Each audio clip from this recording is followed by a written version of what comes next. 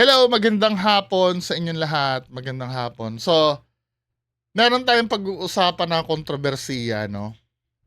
May kumalat kasi na na post no nakaraang Halloween na yung costume ay yung uniforme ng pulis ay ginawang costume. Nag-post ito si Sir Ralph Calinisan. Si Sir Ralph Calinisan yata Napolcom to, no? Sabing ganun, mukhang Halloween party pala ang pinuntahan nitong taong to. Tomorrow, on behalf of our policemen, I will issue a show cause order against you and demand a public apology from you. If we do not hear from you, expect a case to be filed against you. Respect your men in uniform.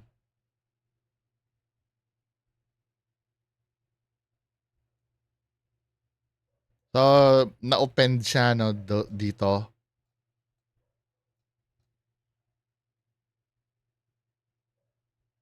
Bago natin panoorin yung apology video, no? Bago natin panoorin yun or kayo ba, offensive ba ito? Yang ginawa na yan? Offensive ba yan? Ako, kung akong tatanungin, siguro yung iba sa inyo talagang offensive yan. Pero kung akong tatanungin nyo, hindi naman. Kasi unang-una, sinadya niya talaga as costume eh. Pinutulan niya ng manggas eh. Hindi naman siya alam ko may batas, no? Pati yung pagsuot yata ng uniform ng sundalo.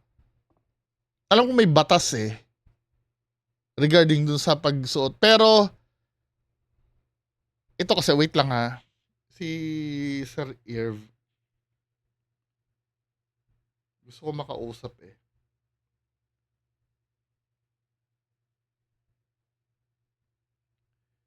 Para tayo, ayoko magsalita ng ano ba yan?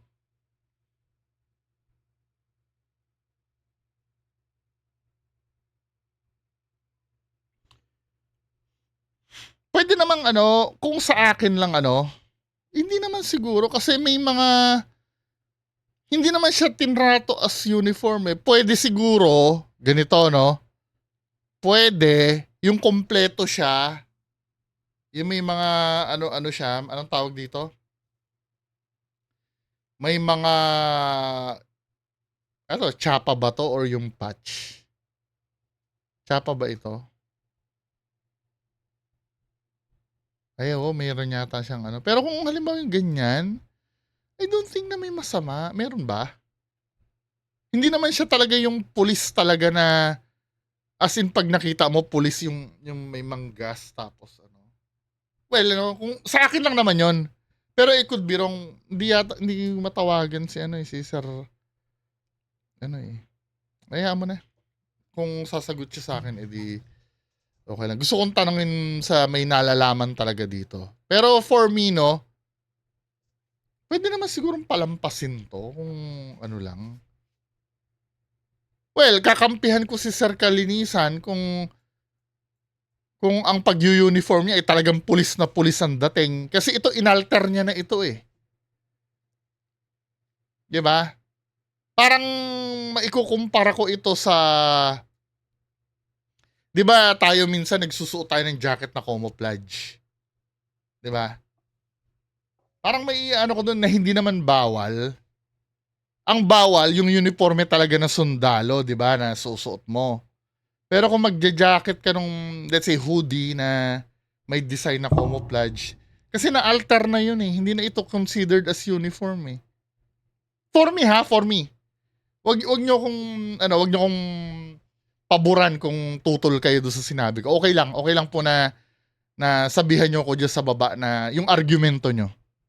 Now, di kinall out siya, no? Sa bagay, nagsalita kasi Napolcom eh. May authority talaga to eh. 'Di ba? Sabi niya mukhang Halloween party pala ang pinuntahan nitong taong to. Tomorrow, on behalf of our policemen, I will issue a show cause order against you and demand a public apology from you. If we do not hear from you, expect a case to be filed against you. Respect your men in uniform.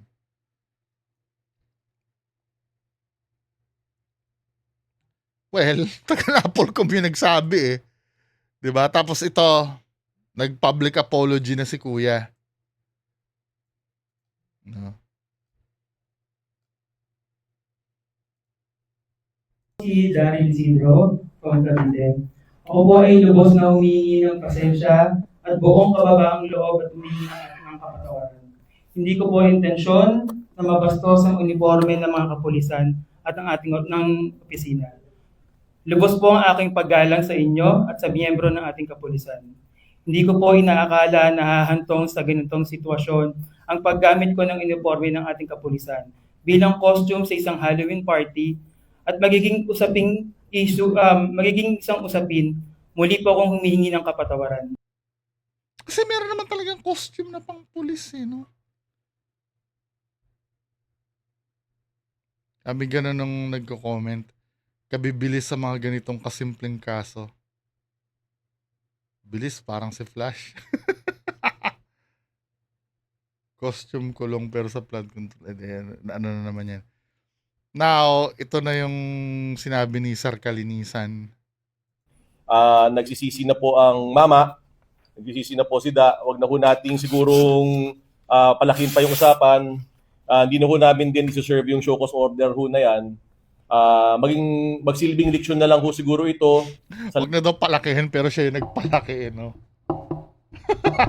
Lahat po ng tao na magbabalak na gumamit ng mga uniforme ng pulis na huwag nyo na hong gawin.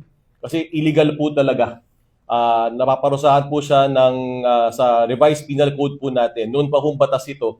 At nandyan po yung batas na yan sa napakaraming kadahilanan. Including yung pong papanatili ng dignidad at respeto sa ating mga kapulisan.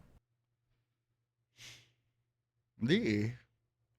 Kasi kung magaling ang lawyer neto ni Kuya, ano to eh, baka makahanap ng butas eh. Sa lawyer naman yan, di ba? Kung halimbawa kinasuhan nila ito, sa argument din ng lawyer babagsak yun eh. Pero okay na rin yan, ano? Hindi, mas maganda na yan siguro ganyan para wala na lang talagang pumares. Di ba? Para wala na lang, okay na. Pero kung tatanungin nyo ako na masama ba yun? Para sa akin, hindi. Para sa akin,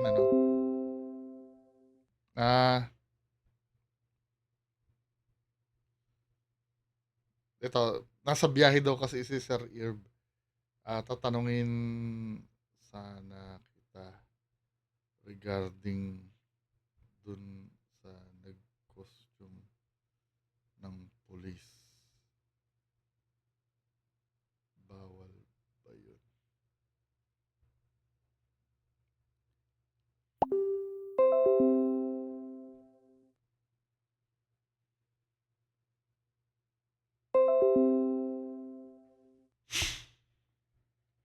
Yan, pagka ihahabol ko, no? Kung ano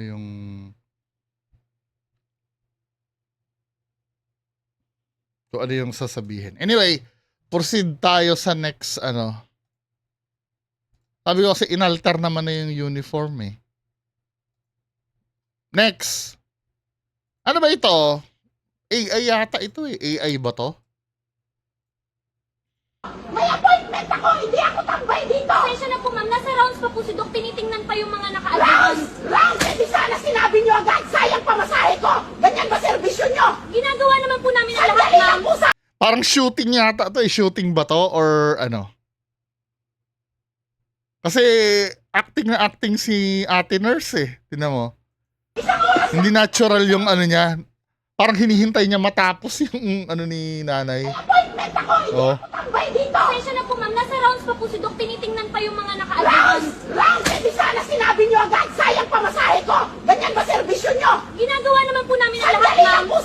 Okay. Kukomentohan ko yun as if totoo yun nangyayari, no? Ako feeling ko shooting ito eh. Nung una nga akala ko AI eh. Kasi kung ganyan, marami kasi nanonood sa likod. Whatever ano. Pagpalagay natin totoo ito, yung sinasabi ni Lola na Isang oras na akong nandito!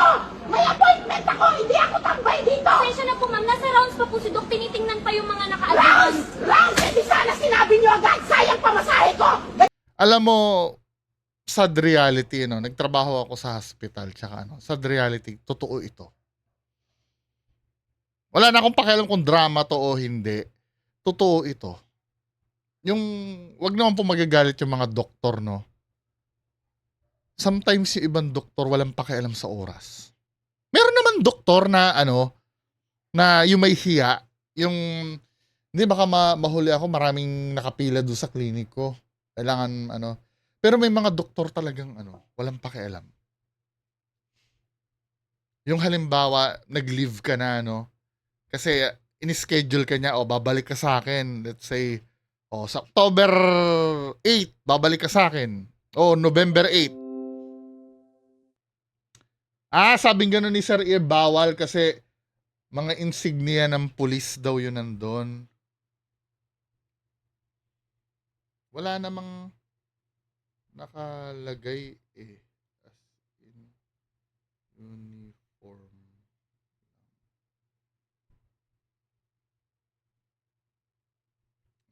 Wait lang ah.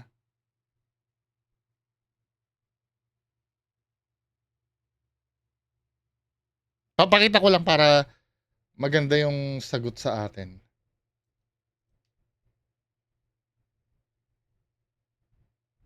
So, pagpatuloy tayo dito, no? Ano nga ba yun? Yun nga, first hand ko na ano yan. Ito, hindi ko na mention kung saang ospital. Nung nagtatrabaho ako, may clinic si Doc sa baba. Ang ginagawa ni Doc, nakikipagkwentuhan siya sa ahente ng kotse.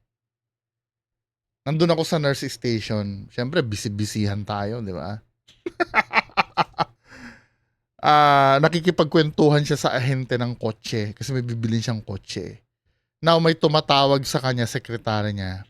Hindi ko naman narinig yung boses ng sekretary dahil nasa telepono eh. Pero ang pagkakasabi niya, ano mo na lang sila dyan, sabihin mo na lang sa kanila na nagra-rounds pa ako. So meaning, sinungaling, di ba? Ang kausap niya ay ahente ng kotse pero pinapasabi niya doon sa sekretary niya, doon sa clinic niya na nagra-rounds pa siya. Sometimes nakakabwisit yun, min. Tapos minsan pa nga, ano eh, sasabihin ni Doc, ano eh, pag tinatamad, sabihin mo may operations pa ako, hindi ako makakapunta. Totoo yan, min. Kaya ako nafe-feel ko ito, pag, kahit pa sabihin mong acting to, totoong nangyayari to. Yung pababalikin ka sa, November 8, babalik ka. Di ba?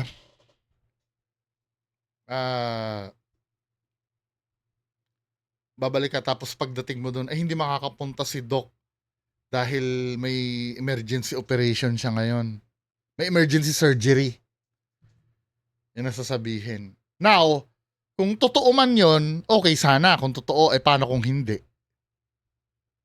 Kaya sometimes, hindi ko alam, yung mga doktor din kasi minsan, anong trip nila sa buhay. May mga doktor kasi na nagdoktor para sa titulo lang. Para ipagyabang sa mga, oy, doktor ako, parang ganon. Walang-wala na yung mga doktor na nagdoktor dahil gusto talagang maglingkod sa tao. Wala nang ganon eh. Kahit mga nurse, ganyan na rin eh. Yung tatambay sa Starbucks, no? Hi, may picture, may post. Sobrang toxic sa hospital. Hindi nila naiintindihan na ako ay napapagod din. Gumaganon sa mga post. Ano ko yun? Kaklase ko yun dati. Kaya lang, nung nag-aaral pa tayo, nung nag-aaral pa tayo, alam na natin ang sitwasyon ng ospital sa Pilipinas eh. Ginusto kasi natin yun. 'Di ba? ginusto kasi natin yun na maging nurse tayo. Kahit nung nag-OJT pa lang tayo, nag-aaral pa lang tayo sa Fatima, danas na natin yung pagiging toxic ng ospital. Bakit ka nagrereklamo? Expected mo na yun eh. Eh di sana hindi ka na lang nag-ano. 'Di ba? Aya, ito sabi ni legal natin. Hindi papasok sa illegal use of insignia 'yon. Yung pinakita ko yung picture. Kasi ito ang elements daw. Elements of offense. The offender publicly and improperly makes use of insignia, uniforms, or dress pertaining to an office. And such offense is not held by such person or to a class of person which he is not a member. Mukhang wala namang maluloko yan, di ba? Medyo tama ang hinala ko kasi wala namang maluloko dun sa ano eh. Dun sa itsura nung pulis na nakita natin ito oh. Wala namang malulokong pulis ito eh. Ikaw huhulihin ka niyan? Ganyan na itsura? Di mo naman paniniwala ang pulis yan eh. Ito yung sinasabi ko. Ewan ko kung siguro, no? Depende sa abogado kasi ito siguro, abogado din ba ito si Sir Kalinisan? Siguro, interpretasyon niya sa batas yun, ano? Pero kung magtatanong ka at magiging abogado ka nito, mahanapan mo ng butas yan eh. Di ba? Kaya pwedeng pasok din yung opinion ko. Anyway,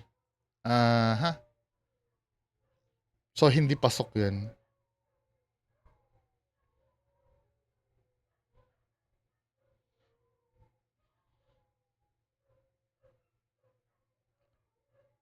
Okay, diretso tayo no sa ano.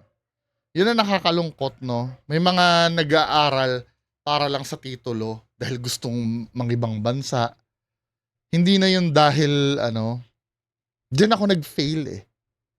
Kaya kayo yung mga kukuha ng kurso, kung may pampaaral kayo ng college, kunin niyo yung gusto niyo. Wag kayong kukuha ng gusto na dahil alam mong malaki ang sweldo. Wag, maniwala kayo sa akin. At kayo mga magulang, kung ano yung gusto ng anak nyo, kung ang gusto nyo anak nyo maging abogado, maging kayo yun eh. Ang tanongin nyo yung anak nyo kung anong gusto niyan. Doon siya magiging mayaman, doon siya magiging maligaya. Hindi na uso yan yung didiktahan nyo yung anak nyo kung anong kukunin. Di ba? Yan ang malaking pagkakamali ko sa buhay ko. Hindi ako kumuha ng kurso na gusto ko. Ang inisip ko practicality dahil nurse, pwede mag-abroad, ganyan. Hindi siya mag-work. Lalo na kung ayaw na ayaw mo. Ako, nakatapos ako. Pero ayoko nung pinag-aralan ko, di ba? Ako yung living example na na ganyan. Kahit na no matter how silly yung gustong kunin na anak nyo, kung yan ay maging graphic designer, fine arts, or music, go! Kung ano yung gusto nyo. Yun, dun kayo magiging successful. Huwag nyong kayo inggitan nyo, nag-doktor si sigurado mayaman yan. Pag naging doktor yan. Diba? Huwag kayong magpapadala sa ganun. Kunin nyo yung gusto nyo. Diba? Kasi sometimes hinuhusgahan na agad yung course eh. Anong ginawa? Music? Anong mapapakain mo ba ang pamilya mo niya? Depende yan kung gustong-gusto nyo, makakahanap kayo na way para maging successful sa isang bagay. Kesa dun sa, kahit pa sabi mo sureball na nakikita ka dun sa trabaho, di ba? Eh, hindi mo naman gusto. Wala, hindi ka magiging successful dun. Now, last topic, no? Ito na naman po tayo. Diba? Ito na naman tayo. Sabing ganun dito sa Scoopzilla. Actress and comedian Iya Mina aired her sentiments after allegedly experiencing misgendering at a popular coffee shop's branch along West Avenue Quezon City according to her latest Facebook post. Diba? Nag-post siya ano daw no November 2 Sunday. Iya shared that she went through the drive-through of the said coffee shop where a staff member even asked her whether to address her as sir or ma'am. Diba? Starbucks Philippines West Avenue, Quezon City. Kaloka kayo ha. Okay lang naman na magkamali ng tawag. Paulit-ulit lang talaga yung tawag na sir. Kung hindi alam itatawag na pronoun, wag na itawag. Itanong mo po ako ulit, sir ba o ma'am talaga. Kapag ang blush on ko, ito, kapag kapal ng blush on ko, itong masama pakiramdam ko, day. Kausapin nyo yun dito. At nasa cashier. Ganito itsura ko, nag-drive-thru, oh. Ang babaw nito, min. I mean, kailan ba kayo matututo na tayo mga Pilipino kasi, hindi naman, alam kasi talaga natin, tayo mga Pilipino, no? Although na merong iba na considerate, na pag naibigay sa inyo yon, swerte nyo, pero pag hindi na ibigay sa inyo yon, huwag na mag-demand. Diba? Huwag na mag-demand. Ganon talaga. Palampasin nyo na yan. Okay na. Diba? Sir talaga. Kung isipin mo, sir ka naman talaga eh. Diba? Huwag nyo nang awayin.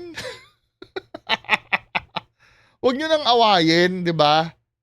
Yung natawag kang sir,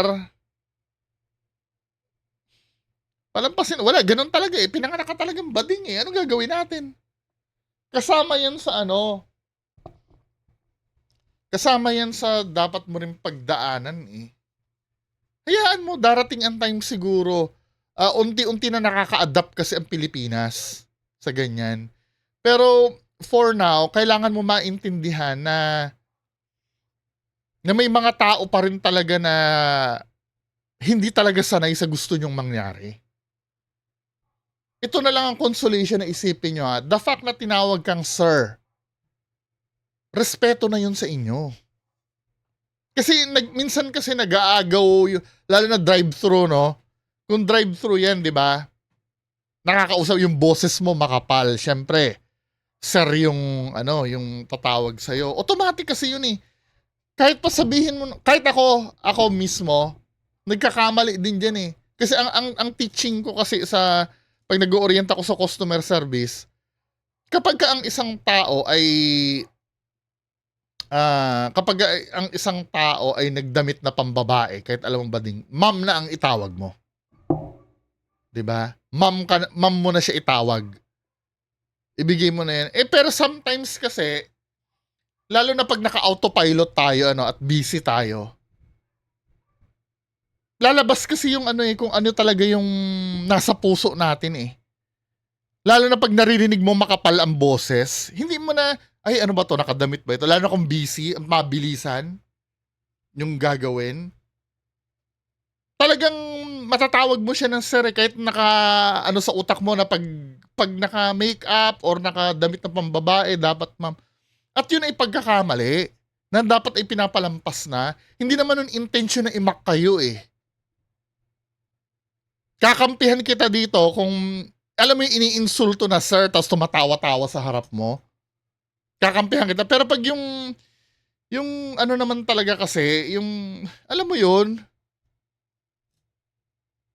Pero hayaan nyo, darating ang time, no, makakapag-adjust din ang Pilipinas. Kasi alam nyo nung araw, pag dalawang lalaki nag-holding hands, pinagtatawanan eh.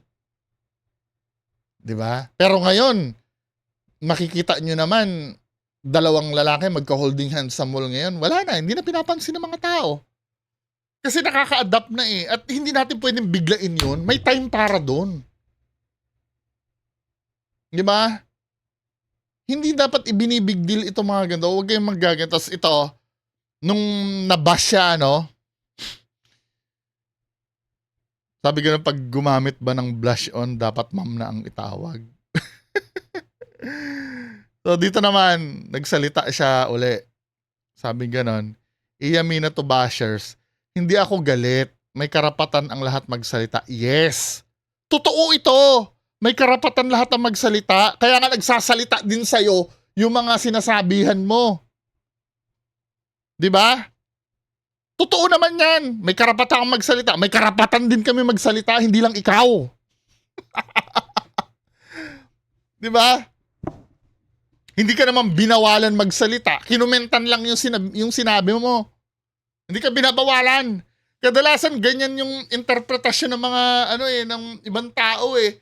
Pag kinumentan, akala nila pinagbabawalan mo silang magsalita. Hindi nila alam, kinukomentan lang yung sinabi mo. 'Di ba? May karapatan ang lahat magsalita. Totoo. Kaya nga nakarinig ka ng hindi mo gusto, 'di ba? In-exercise din ng iba yung karapatan nila. Trans actress Iya Mina clarified that she's not angry. Hindi ba angry yan? Yan? Kaloka kayo ha? Starbucks Philippines, nag-call out ka eh. Di ba? He's not angry at the reactions of her earlier post about being repeatedly addressed as sir by a Starbucks worker in Quezon City, saying she was only wanted to share her experience. No, hindi sharing yun. Kinall out mo. Anong share dito? Oy, Starbucks Philippines, West Avenue, Quezon City. Tinatawag mo eh, sharing ba yan? Talagang mga tao eh, no? Saying she only wanted to share her experience and not attack anyone. Kinall out mo nga Starbucks Philippines eh. In a follow-up message on Facebook, Iya said she respects the opinion of those commenting on the issue, whether in agreement with her or not. Hindi ako galit or anything sa mga sinasabi nyo. Okay lang po. Lahat may karapatan na sabihin ko ano gusto nila, she wrote. Di ba? Wag kasing sir, tawag nyo dapat quiz para medyo in. Anyway, so yan lang ang pag-uusapan natin ngayong hapon. Magandang hapon sa inyong lahat. Bye-bye.